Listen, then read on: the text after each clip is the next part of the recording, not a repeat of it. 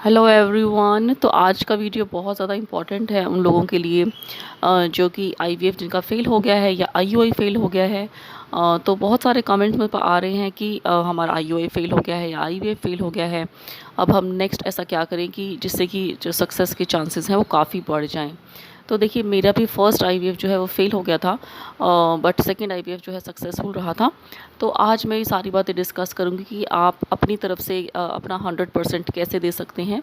देखिए, कुछ चीज़ें होती हैं जो हमारे हाथ में नहीं होती, बट बाकी बहुत सारी चीज़ें हैं ऐसी जो हम कर सकते हैं, अपना हम 100% दे सकते हैं। तो इस वीडियो में मैं फ़िज़िकल और मेंटल दोनों की बात करूँगी, क्योंकि देखिए एनर्जी जो है अकेली नहीं होती कभी भी। आप फिज़िकली अपने आप को फिट कर लेंगे, मेंटली जो है फिट ना करें तो उससे आपके हार्मोन्स जो हैं पूरे बिगड़ जाते हैं। तो किस तरह से क्या-क्या करना है, ये सब आज मैं आपको इस वीडियो में बताने वाली हूँ। तो सबसे पहले हम बात करेंगे फ़िज़िकली बॉडी की बात करेंगे। तो देखिए, इसमें आप क्या-क्या कर सकते हैं। तो हमारे हाथ में सबसे पहला है आपका लाइफ़स्टाइल चेंज करना, जो कि मैं अपने हर वीडियो में बताती हूँ। तो उसमें सबसे पहले आपकी डाइट और एक्सरसाइज़ आती है। तो देखिए, डाइट के लिए मैंने काफ़ी वीडियोस पहले भी बनाए हैं, डाइट चार्ट भी बनाया है, सुबह से लेकर रात तक का भी बनाया है। तो यहाँ मैं बहुत इंपॉर्टेंट बात बताना चाहूँगी। मैंने काफ़ी वीडियोस बनाए हैं जिससे कि आपकी फर्टिलिटी जो है इंक्रीज़ होती है। बट इसमें थोड़ा सा प्रिकॉशन ये लेना होता है कि आपको अगर आप आईयूआई करवा रही हैं या आईवीएफ करवा रही हैं, तो आईयूआई और आईवीएफ के बाद करवाने के बाद आपकी डाइट अलग होती है, और आईयूआई और आईवीएफ करवाने से पहले तक आपकी जो है डाइट अलग होती है। यानी कि जिस दिन आपने आईयूआई करवाया तब तक की आपकी डाइट अलग है, जिस दिन आपका एम्ब्रियो ट्रांसफ़र होगा वहाँ तक की डाइट अलग है, और उसके बाद जो 2 वीक्स वेट है आपका, यानी कि बेसिकली 2 वीक्स वेट है आईयूआई या आईवीएफ का, तो उसमें आपको डाइट अलग होती है। तो जब आप 2 वीक्स वेट में होते हैं तो आपको गर्म तासीर की चीज़ें नहीं खानी होती, चाहे आपको ऐसा लगे कि वो न्यूट्रिशन उसमें ज़्यादा है, बट आपको उसकी रिप्लेसमेंट में खाना होता है।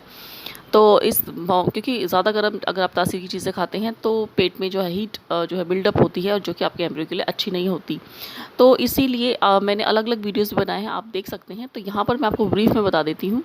तो देखिए, जब आपका आईवीएफ फ़ेल हो जाता है या आईयूआई फ़ेल हो जाता है, तो आपको सबसे पहले अपनी डाइट जो है नॉर्मल कर देनी है, क्योंकि 2 वीक्स वेट में आप जो है गर्म तासीर की चीज़ें नहीं खा रहे थे। तो इसमें मैं मोटा-मोटा बता रही हूँ आपको। ग्रीन, रेड और ऑरेंज कलर या येलो कलर की जो है फ्रूट्स, सब्जियाँ, दालें, ये सब खाने हैं इन्हीं 3 कलर्स की, खासकर रेड, ग्रीन और येलो। तो मोटा-मोटा बता दिया। बाकी प्रोटीन्स और आपको हाई फाइबर डाइट लेनी है, बट कोई भी चीज़ आपको एक्सेस में नहीं लेनी। आपको ये थंब रूल याद रखना है, क्योंकि अगर आप हाई फाइबर डाइट ज़्यादा लेते हैं तो वो भी आपके लिए अच्छा नहीं है, और आपके जो किसी भी एक चीज़ पर बहुत ज़्यादा स्ट्रेस नहीं देना है।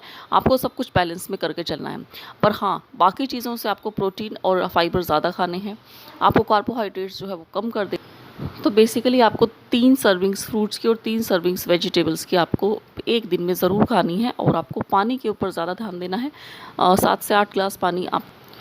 उसके अलावा आपको विटामिन डी के लिए आपको सनलाइट का एक्सपोज़र ज़रूर करना है। आजकल देखिए बहुत ज़्यादा ये सब हो रहा है कि विटामिन डी की जो है डेफ़िशिएंसी, यानी कि कमी, बहुत सारी फीमेल्स में देखी गई है। इसलिए आप लगभग मॉर्निंग की आधा घंटे की जो है धूप आप ज़रूर लीजिएगा।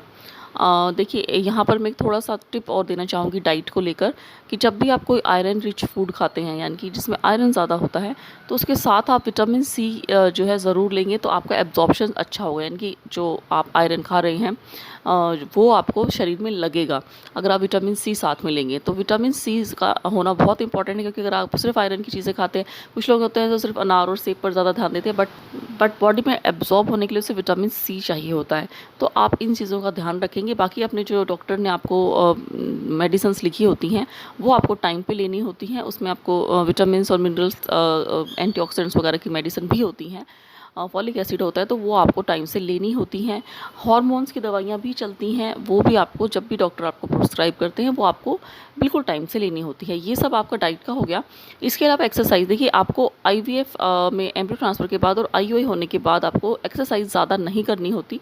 उससे आपका जो है हार्मोन हार्मोन का जो है, प्रोजेस्टेरोन का जो लेवल है वो कम हो सकता है बहुत ज़्यादा विगरस एक्सरसाइज करने से। तो इसलिए आपको आईयूआई के बाद और एम्ब्रियो ट्रांसफ़र के बाद ज़्यादा एक्सरसाइज नहीं करनी होती है, और उससे पहले तक आप कर सकते हैं। तो आप उसमें प्राणायाम ज़रूर शामिल करिएगा।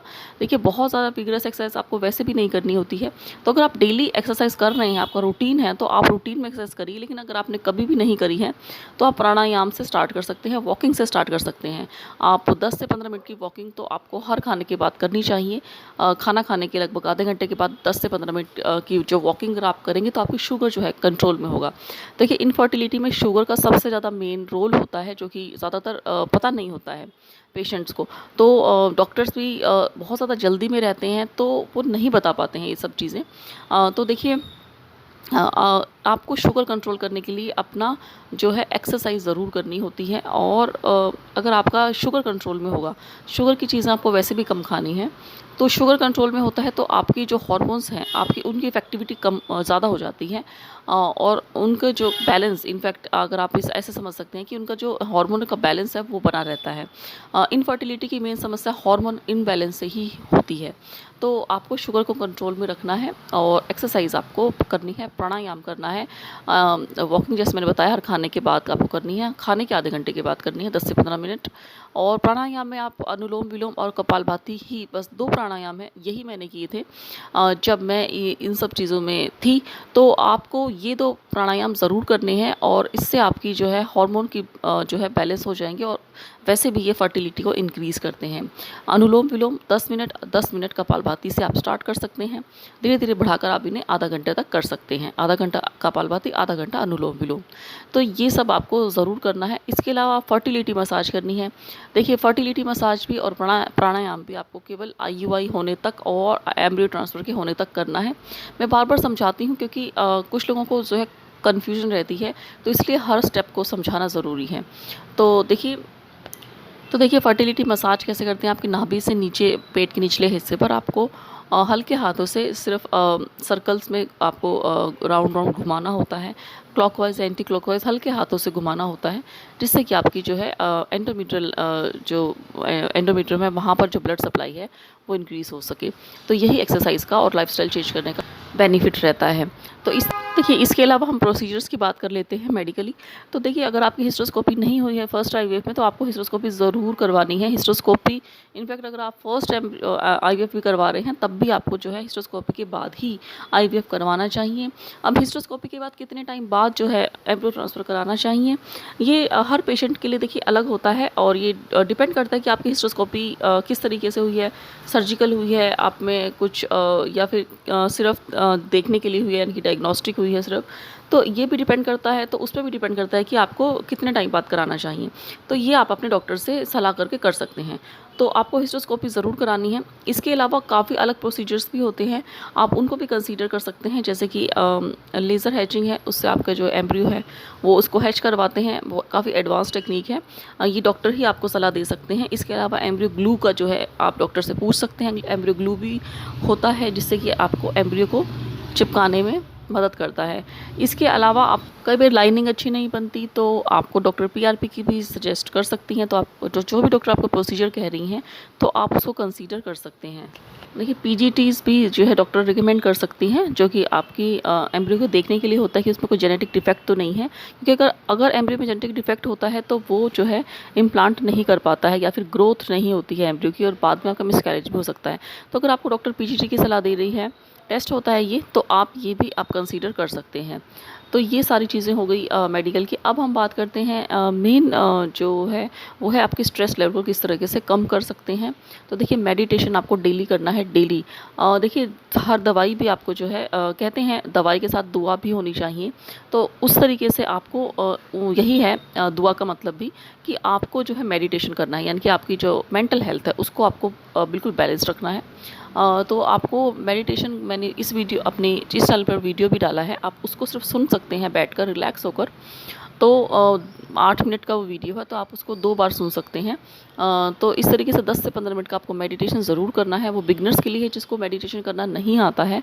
आपको सिर्फ सुनना है, जो जैसे मैं बोल रही हूँ उस वीडियो में, वो सब आपको करना होता है। तो वो मेडिटेशन से ही आपका काफ़ी हद तक आपके जो स्ट्रेस लेवल है कम होगा, आपके उससे हार्मोन्स बैलेंस होंगे। तो देखिए, और दूसरी बात ये है कि आपको बाकी चीज़ें भी कर सकते हैं। देखिए, मैं लॉ ऑफ अट्रैक्शन में बिलीव करती हूँ। एक्चुअली बिलीव क्या, ये एक लॉ है और इसे आपको ज़रूर फॉलो करना चाहिए। तो मैं उसमें आप 555 टेक्निक जो है ज़रूर बताती हूँ सबको करने के लिए, क्योंकि मैंने पर्सनली भी जितनी बार भी ये मैंने 555 टेक्निक करी है, मुझे 100% रिज़ल्ट मिला है। तो देखिए, आपको इसमें जो है 555 टेक्निक पे भी मैंने वीडियो बनाए हैं, उन सब के लिंक मैं इस जो है वीडियो में दूँगी। यहाँ मैं ब्रीफ में बता देती हूँ। आपको कोई भी एक लाइन जो है रिपीटेडली लिखनी है, एफर्मेशन होती है, जैसे कि आई एम प्रेग्नेंट, ऐसे कोई भी एक लाइन आपको लिखनी है जो कि 55 टाइम्स आपको एक रजिस्टर में लिखनी है।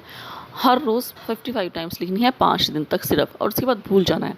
तो ये 5 दिन का होमवर्क आपको ज़रूर करना है, क्योंकि बहुत ज़्यादा इसके अच्छे बेनिफिट्स होते हैं और उसका साइंटिफिक रीज़न भी है।